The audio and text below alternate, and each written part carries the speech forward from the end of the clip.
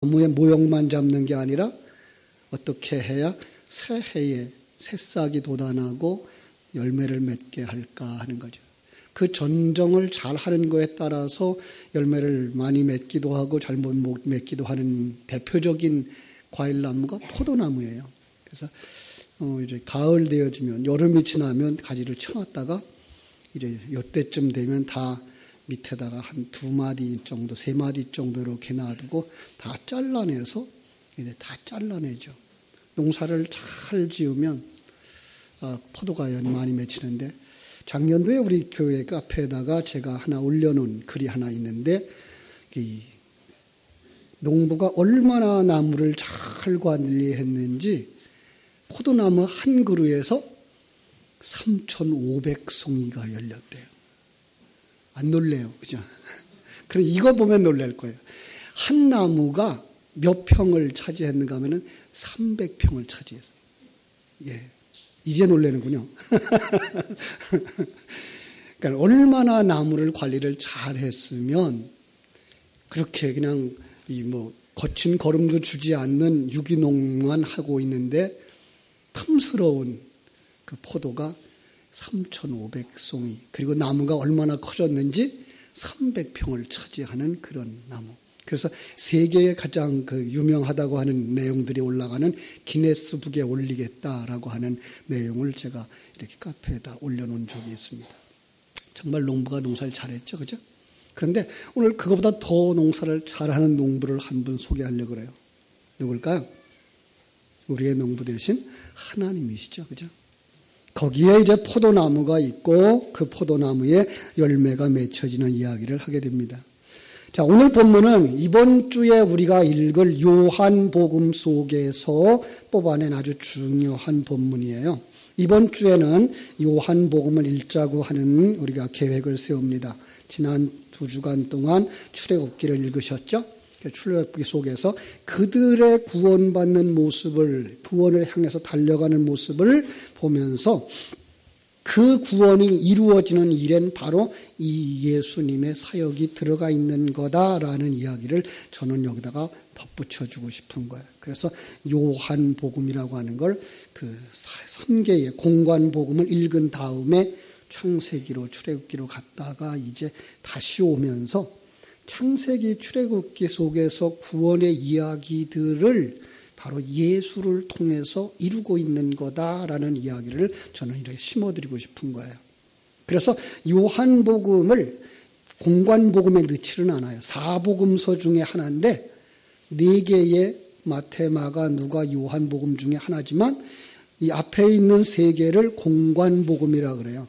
공관복음이라는 말은 보는 관점이 같은 책, 이런 의미죠. 보는 관점이 같다고 하는 거예요. 그리고 요한복음은 거기에 들어가질 않아요. 좀 다른 거죠. 왜 그럴까요?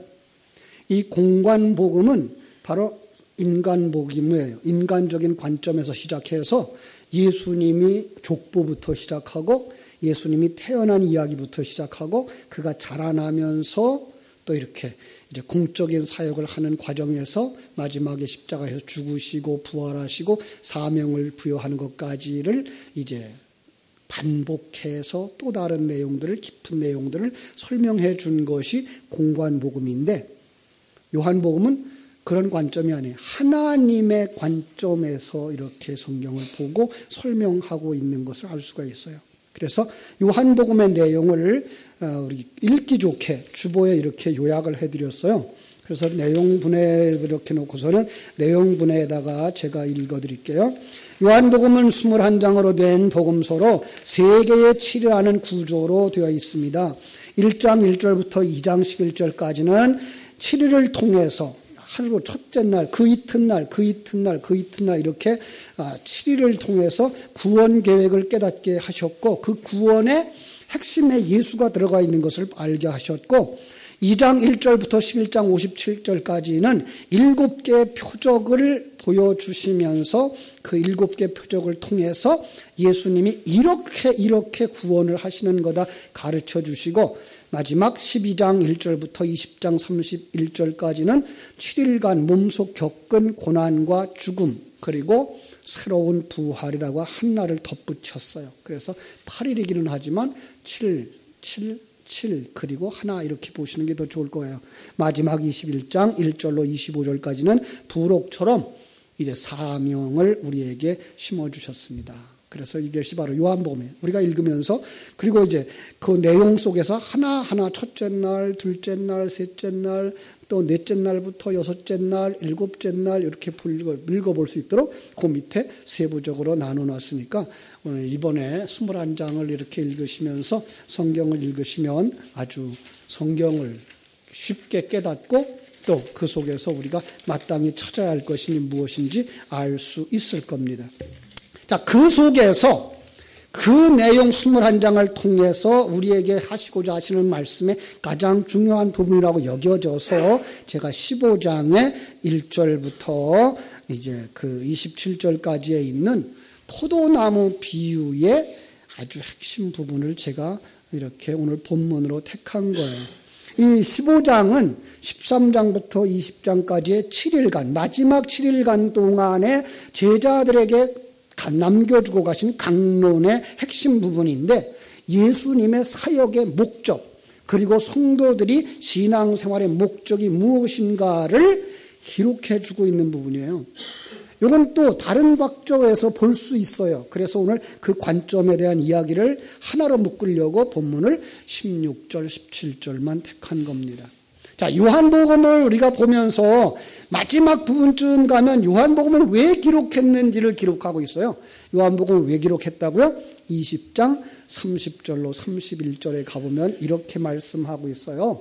예수께서 제자들 앞에서 이 책에 기록되지 아니한 다른 표적도 많이 행했으나 이것을 오직 이것을 기록함은 너희로 예수께서 하나님의 아들 그리스도이심을 믿게 하려고 하는 것이며 또 너희로 그것을 믿고 그 이름을 힘입어 생명을 얻게 하려 함이라 이렇게 말씀하고 있어요.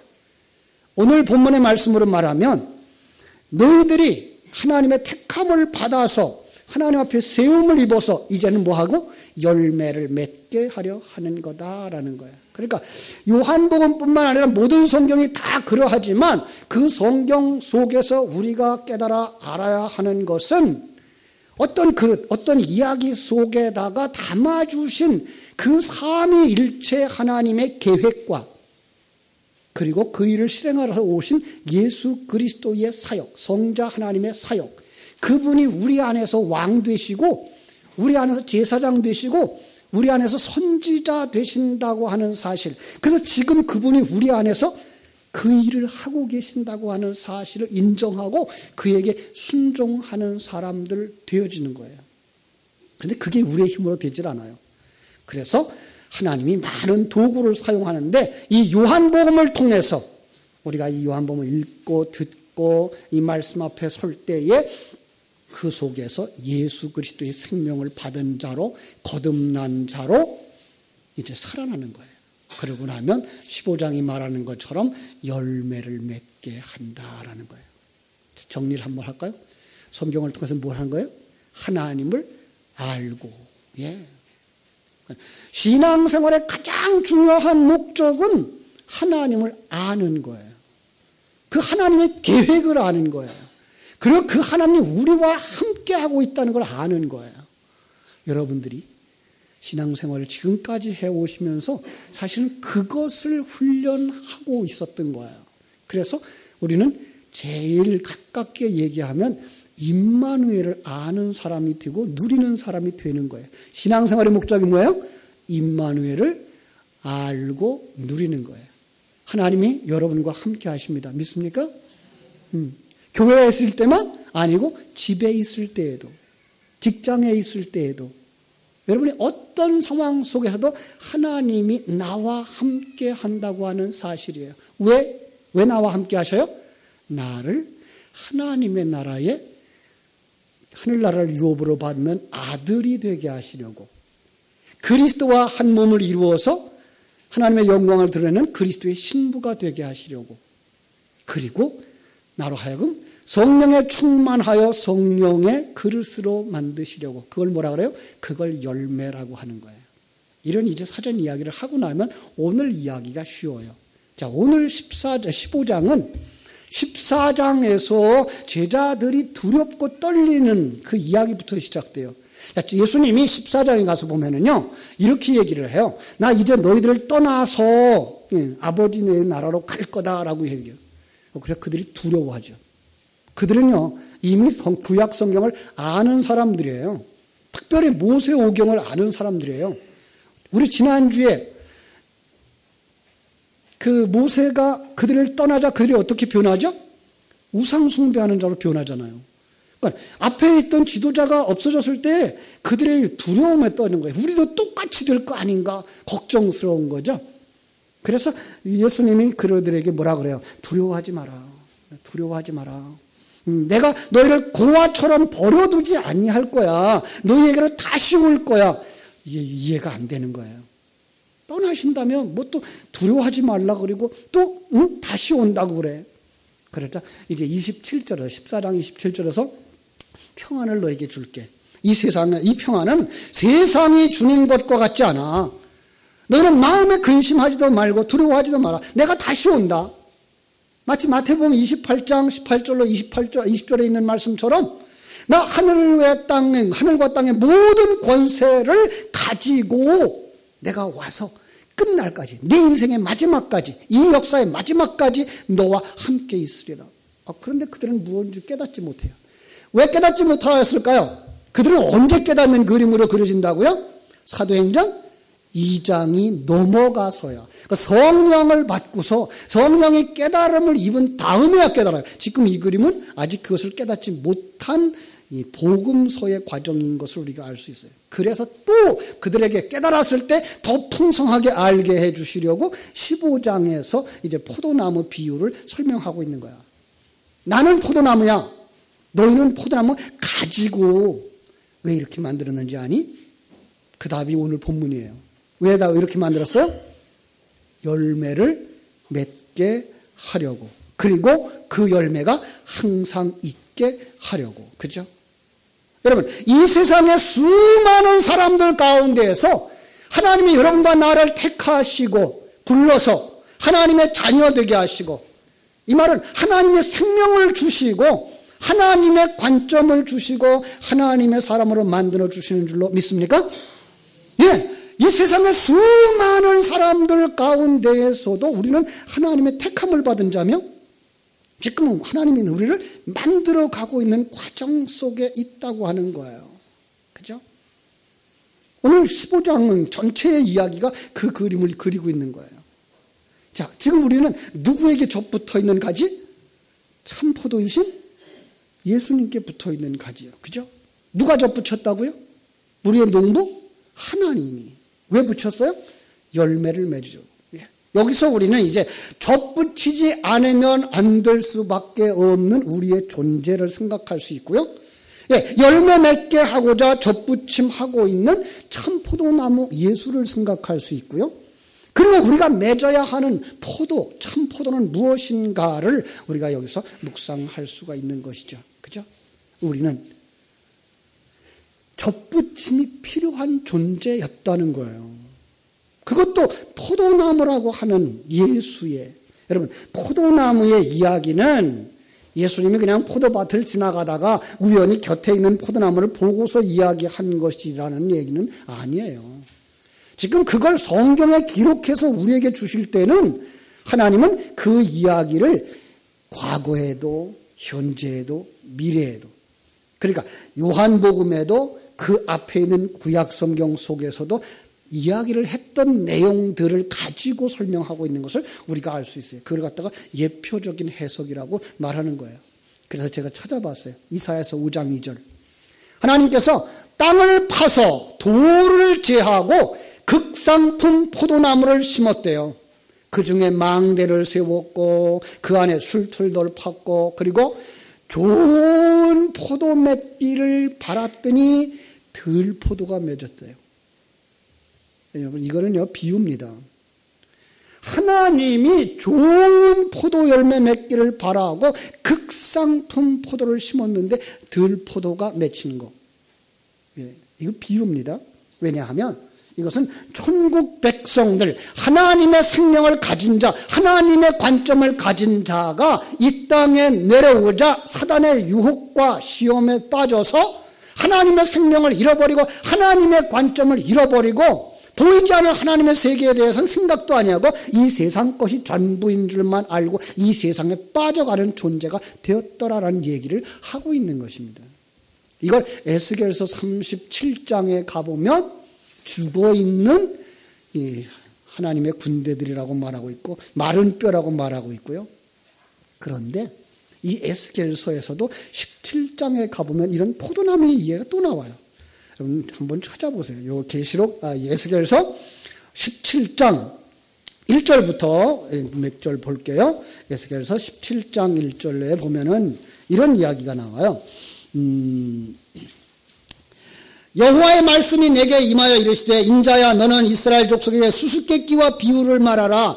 여호와께서 이같이 말씀하여 이르시되 색이 화려하고 날개가 크고 깃이 길고 털이 숱한 큰 독수리가 레바논에 이르러 백향목 높은 가지를 꺾되 그 연한 가지 끝을 꺾어가지고 장사하는 땅에 이르러 상인들의 성읍에 두고 또 그 땅의 종자를 꺾고 옥토에 심되 수양버들 가지처럼 큰 물가에 심더니 그것이 자라며 퍼져서 높지 아니한 포도나무 곧 굵은 가지와 가는 가지가 난 포도나무가 되어 그 가지는 독수리를 향하여 있고 그 뿌리는 독수리아에 있었더라. 이게가 하나님과 우리와의 관계였던 거예요. 에덴 동산의 아담과 하와의 모습처럼 하나님은 극상품 포도나무로 우리를 극상품 열매를 맺게 하시려고 이 땅에 심었어요. 그러면 그들은 어떻게 해야 되죠? 여기 그렇게 되어 있어요. 그죠? 6절에. 그 독수리를 향하여 가지가 뻗치고 뿌리가 뻗쳐 있는 거예요. 그러나 그 독수리를 통해서 빛을 받아 열매를 맺고 그 독수리를 통해서 그 속성과 성분을 받아서 이제 하나님의 영광을 드러내는 자로 살았어요. 그런데 그 다음 절이 이제 문제가 발생해요. 7절. 또 날개가 크고 더 털이 많은 큰 독수리 하나가 있었는데 이 포도나무가 이 독수리에게 물을 받으려고 그 심어진 두둑에서 그를 향하여 뿌리가 뻗고 가지가 퍼졌도다. 여러분 포도나무를 가지고 얘기하면 이렇게 안 움직여져요. 포도나무는요. 뿌리가 어떻게 움직여져요. 그죠? 가지는 햇빛을 따라서 움직여져서 움직인다고 말할 수 있지만 이건 뭘 얘기하는 거예요? 우리 이스라엘 백성들의 모습이고 우리의 모습이에요. 하나님을 향하여서 하나님에게서 그 양식을 먹고 하나님의 속성을 따라 살아갈 때에 아름다운 열매가 맺힐 수 있었던 포도나무였던 인생이 사단의 유혹을 따라서 변해서 뭐가 돼요? 사단의 열매를 맺는 거예요. 사단의 속성을 받는 거예요. 이게 타락한 모습인 거예요. 그죠? 그럼 어떻게 될까요? 마지막에 9절. 너는 이르기를 주 여호와의 말씀에 이 나무가 능히 번성하겠느냐? 이 독수리가 이거 첫 번째 독수리예요. 어찌 그 뿌리를 빼고 또 열매를 따며 그 나무가 시들게 하지 아니하겠으며 그 연한 잎사귀가 마르게 하지 아니하겠느냐? 많은 백성이나 강한 팔이 아니라도 그 뿌리를 뽑으리라. 포도나무 뿌리 뽑아놓으면 어떻게 될까요? 죽는 거죠. 예. 그러니까 하나님의 인생들이 그렇게 계속 가면 어떻게 되는 거예요? 그렇게 계속 가면 망하는 거예요. 지옥에 가는 거예요. 지옥의 땔감이 되는 거예요. 그래서 어떻게 한다고요? 여러분 그 포도나무의 농부가 누구라고요? 하나님이요.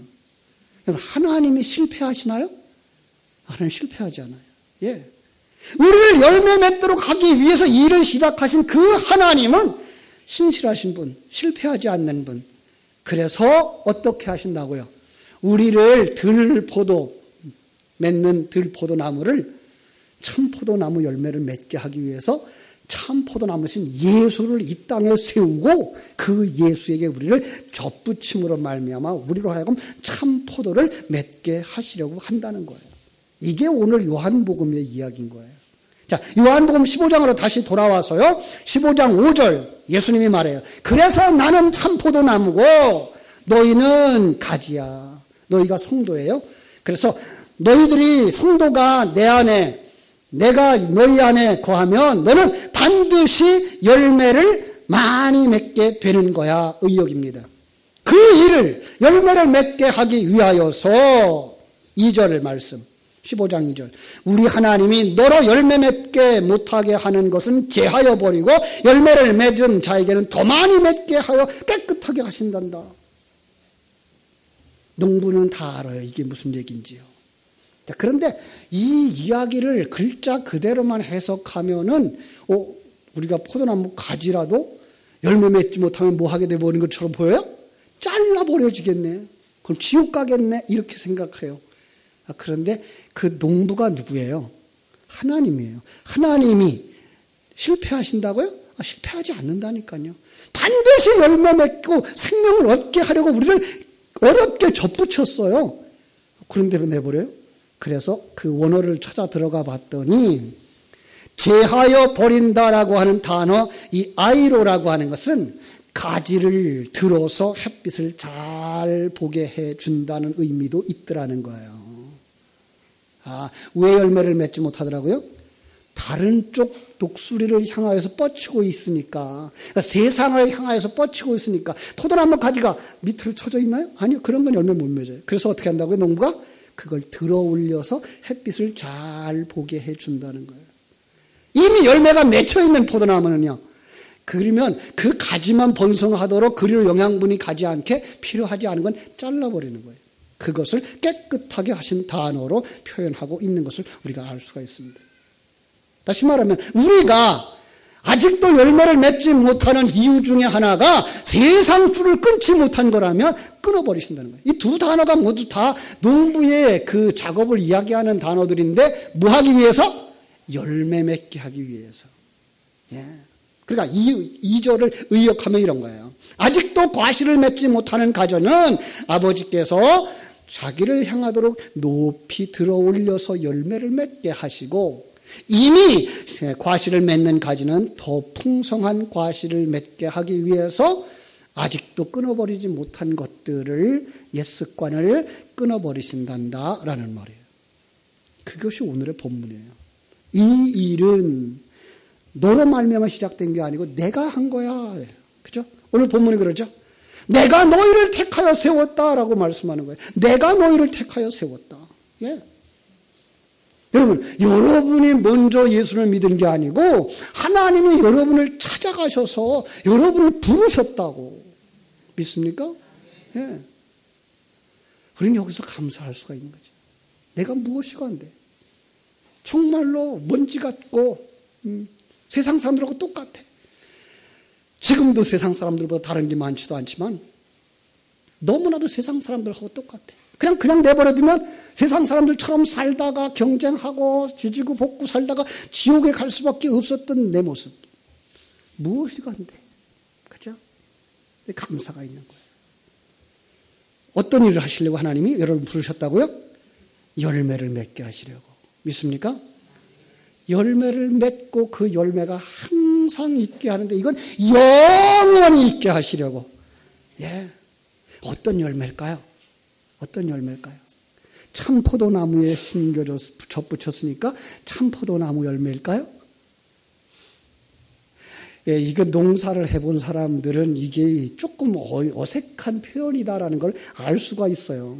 왜냐하면요, 우리 교회 앞에 고엽나무가 있어요. 그죠? 고엽나무에다가 뭘 접붙이는지 아세요? 감나무를 접붙이죠. 그죠? 그러면 고엽나무 밑둥을 잘라놓고 거기에다 감나무를 끼우면 고엽나무가 돼요? 감나무가 돼요? 감나무가 돼요. 그래서 고엽이 열릴까요? 감이 열릴까요? 감이 열려요. 모르시겠어요? 요즘도 농부들은 바빠요. 요즘 농부들이 바쁜데 수박 농사들을 예를 들게요. 수박을 그렇게 이만큼 크게 잘 맺으려면 그 수박의 뿌리가 수분을 잘 흡수해야 하고 영양분을 잘 흡수해야 되고 병충해에 걸리지 말아야 돼요. 근데 이 수박이라는 놈이 뿌리가 약해요. 그래서 수분을 그렇게 잘 빨아들이지를 못해요. 그리고 병이 잘 걸려요. 그러니까 연작을 할 수가 없어요. 그래서 농부가 개발해낸 게 뭔가 하면 박이나 호박나무 밑줄기에다가 같이 씨를 뿌려서 요만큼씩 자라나면 이쪽에 하나를 잘라버리고 여기 호박에 새싹을 잘라버리고 여기다가 수박에 순을 갖다가 접붙여요. 그러면 덩굴이 자라는데 그 덩굴은 호박 덩굴이 아니고 수박 덩굴. 그러면 호박이 열릴까요? 수박이 열릴까요? 수박이 열려요. 그런데 지금 여기서는 어떻게 얘기하고 있어요? 자, 참포도나무 줄기에다가 들포도나무 가지를 접붙이면 참포도가 열려요? 들포도가 열려요? 들포도가 열리는 게 정상이에요. 그런데 이 이야기는 그렇게 생물학적인 이야기를 하고 있는 것이 아니라 영적인 이야기를 하고 있는 거예요. 그래서 여기서 참 포도나무가 열리고 그걸 갖다가 예수의 열매, 성령의 열매라고 말하는 거예요. 왜냐하면 그 밑에서 올라오는 수분, 그 예수 그리스도의 속성이 뭔가 하면 자기를 부인하고 하나님의 영광을 드러내는 거예요. 그래서 예수에게 접붙여진 가지들은 존재하나 내 안에 사는 것 누구예요? 내가 아니고 내 안에 사는 것 그리스도예요. 그래서 내 안에 사는 게 그리스도이기 때문에 내가 맺는 열매가 다 그리스도의 열매가 되는 거란 말이에요. 자, 그렇습니다. 이런 진리가 여기에 숨어 있는 것을 볼 수가 있습니다. 이 하나님의 속성, 예수의 속성을 접붙임 받은 사람들은 이제부터 자기의 속성을 내려놔요. 이게 뭐예요? 자기를 부인하는 삶을 사는 거예요. 그래서 예수님이 자기에게 접붙일 자들을 부르실 때에 뭐라고 불렀어요? 누구든지 나를 따라오려거든 자기를 부인하고 자기 십자가를 지고 나를 따를 것이니라고 말씀하신 거예요. 그래서 예수와 함께 옛사람은 죽어요. 내 욕망이 사라져요. 네. 내가 이것도 하고 저것도 하겠다. 젊었을 때 다 그러잖아요. 그런데 이제 말씀을 들으면서 그리고 인생이 점점 나이 먹어가면서 아, 세상이 내 뜻대로 되는 건 아니구나를 알게 되죠. 그러면서 내 뜻대로만 없이고 아버지의 뜻대로 이루어지기를 원합니다의 기도가 나올 수밖에 없는 자리로 가는 거예요. 그렇습니다. 내가 성자 하나님과 하나 되자 내 안에 내가 없어져요. 그리고 나를 통해서 예수의 열매가 맺혀지는데 그걸 갖다가 성령의 열매라고 말씀하는 줄로 믿습니다. 그 성령의 열매를 맺는 사람들의 아름다운 모습이 뭔가 하면 임마누엘을 누리면서 사는 것이라는 거예요. 우리는 그냥 성령의 열매 그러면 갈라디아서 5장 22절 23절에 나오는 9가지 열매만 생각하죠. 그런데요, 여러분 그걸 제가 읽어드릴게요. 오직 성령의 열매는 사랑과 희락과 화평과 오래 참음과 자비와 양선과 충성과 온유와 절제다라고 얘기를 했어요.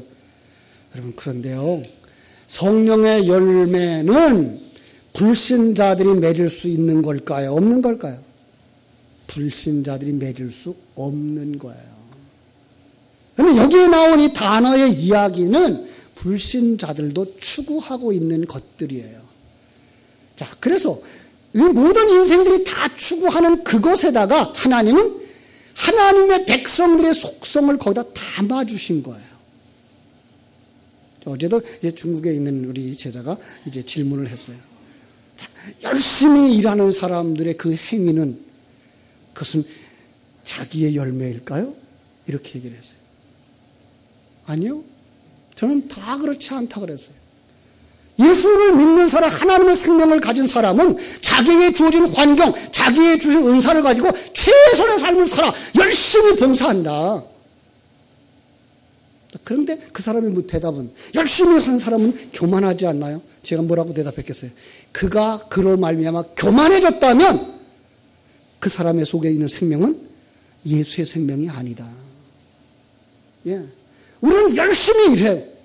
여기 있는 아름다운 열매들은 맺혀져요. 그런데 그걸로 말미암아 교만으로 가거나 그걸로 말미암아 열등감에 빠지는 사람이 아니라 그냥 하나님이 주신 그 환경 속에서 하나님이 나와 함께 하심을 믿는 믿음 가운데에서 하나님이 주신 그 기회에 최선의 삶을 살고 하나님 앞에 순종하는 거예요. 그 열매에 많고 적음에 연연하지 아니하고, 예, 그 개가 감자이든 고구마이든 연연하지 않아요. 예, 하나님이 나를 감자로 만들었으면 감자를 맺힐 것이고 하나님이 나를 호박으로 만들었으면 호박을 맺힐 것이고요. 예. 우리는 하나님이 내게 주신 그 은사와 능력을 가지고 그냥 기쁨과 감사의 삶을 사는 것이 임마누엘이지, 그로 말미암아서 세상 속에서 사람들과 비교를 해서 잘난 자 되거나 돈 많은 자 되거나 높은 지위에 올라가는 그것만이 하나님의 영광이 아니라는 사실이에요. 예. 그런데 그 올라가지 말라는 얘기가 아니에요. 올라가실 수 있어요. 여러분이 큰 그릇이 되시면 큰 일을 하세요. 그것이 하나님의 일이에요. 그런데 그렇게 일을 한다고 해도 우리는 자랑하거나 교만할 이유가 없어요. 왜요? 나를 만드신 분이 누구예요? 하나님이시기 때문에. 예. 만약에 우리가 장애를 가지고 태어났다 그러면 장애를 가지고 한평생을 살아요. 그것도 하나님의 영광이라는 사실을 아셔야 돼요. 그가 그 장애 때문에 자신의 비굴하다고 여기고 또 이렇게 축거리지 않고 하나님이 내게 주신 기회, 하나님이 내게 주신 몸 가지고 하나님의 영광을 가지고 살면 몇 년밖에 안 살아요? 100년도 안 살아요. 그러면 그게 영광이에요. 제가 이 얘기를 자신 있게 할 수 있었던 건 우리 누님 댁에 조카가 하나 있는데 어린 시절 소아마비를 앓았어요. 하체를 못 써요. 그래도 그가 예수 믿고 건강하게 살았어요. 개인 택시 운전도 했고요. 인천시에서 장애인 골프대회 나가서 상도 받았다고 그러더라고요. 몇 년 전에, 벌써 한 5, 6년 됐습니다마는 암으로다가 세상에 먼저 갔어요.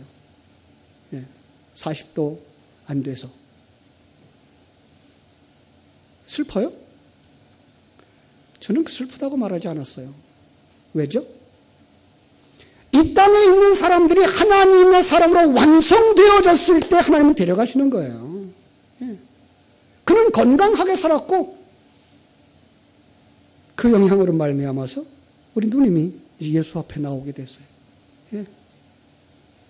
우리는요, 이 땅에 살면서 장애자로 태어났던, 여자로 태어났던, 남자로 태어났던, 힘이 좋은 사람으로 태어났던, 머리가 좋은 사람으로 태어났던, 조금 떨어지는 사람으로 태어났던, 관계하지 아니하고 최선의 삶을 사는 것, 그게 뭐예요? 성령의 열매인 줄로 믿습니다. 임마누엘을 누리는 하나님의 백성들의 모습인 거예요. 그래야만 초가집에 살아도 궁궐에 살아도 어디서든지 하나님을 찬송하면 여기가 천국이 되어져야 되는 것이고, 내 심령 속에, 내 가정 속에 천국이 이루어지게 되는 줄로 믿습니다. 거기서 아셔야 될 게 뭐예요? 하나님을 아는 거예요. 그 하나님을 알고 그 하나님의 계획을 알고 그 하나님 나와 함께하고 계시며 나를 만들고 있다는 이 사실을 믿는 그것이 바로 믿음인 거예요. 그것이 바로 하나님이 맺고자 하시는 성령의 열매인 줄로 믿습니다. 그래서 요한복음 마지막에 가면은 베드로에게 묻죠. 내가 이 모든 것보다 나를 더 사랑하느냐? 내가 나를 아느냐? 그때 고백을 하죠. 내가 주를 사랑하시는 줄 주께서 아시나이다. 그랬더니 예수님이 베드로에게 예고해요. 내 어린 양을 먹여라. 이제 다음 세대를 위하여서 네가 지금까지 나와 함께 동행하며 보고 듣고 배운 것을 가지고 그 생명을 다음 세대에 흘려주는 자가 되어야 되라. 이게 바로 열매 맺은 삶이에요. 사랑하는 여러분, 우리 신앙생활의 목적은 이 잠깐뿐인 이 세상에서 남보다 잘 되는 것, 남보다 부유한 것, 형통한 것, 그거 아니에요. 그거보다 더 중요한 것, 하나님이 나를 어떤 길로 인도하시든지 임마누엘을 누리며 사는 것이며 다음 세대에 나의 임마누엘을 누리는 그 건강한 삶, 평안을 누리고 기쁨과 감사와 찬송 속에 사는 삶을 흘려보내줌으로 말미암아 내 자녀가 어떤 형편에서든지 건강하게 살고 나를 본 다음 세대가 어떤 형편 속에서든지 하나님의 영광을 돌리며 사는 삶, 바로 그것이 하나님이 맺고 싶은 열매인데 그 열매가 반드시 여러분을 통해서 맺혀질 줄로 믿습니다. 그 일을 위하여 성경을 읽고 그 일을 위하여 기도하고 그 일을 위하여 예배하는 여러분 되시기를 주님의 이름으로 축원합니다. 기도하겠습니다. 하나님 우리 아버지 크신 은혜와 사랑을 감사하고 감사합니다.